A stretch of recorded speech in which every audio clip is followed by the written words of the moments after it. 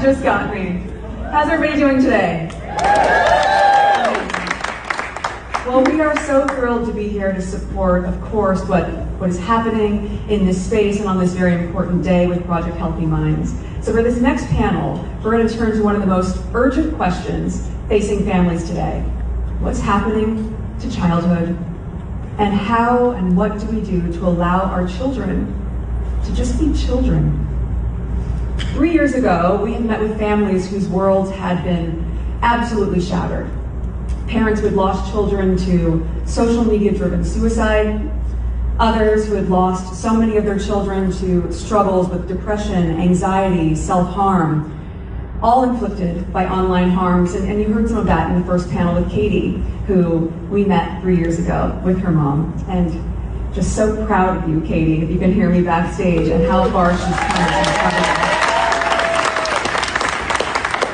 So in this sit-down that we had a few years ago, what began as individual tragedies became the foundation for the Parents Network. Now, this was a community that grew from a small pilot in November of 2022 to a global support system serving families across 3 countries by August 2024. What we learned in these moments is that these parents, they didn't just need therapy. They needed other parents who understood their very specific grief.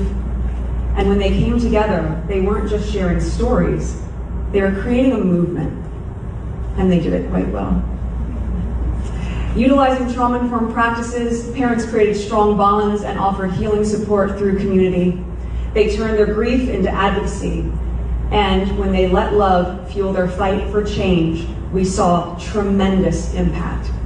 This community power is crucial to protect our children's mental health online. And we partnered with Girls Inc. for a program called Half the Story to reach young girls in underserved communities. We were addressing everything from body image to online safety. We saw the same thing happen. They weren't just learning about digital wellness. They were creating communities of absolute resilience. So the conversation that you're about to hear will help us better understand the scale of what we're facing, and more importantly, what we can do about it.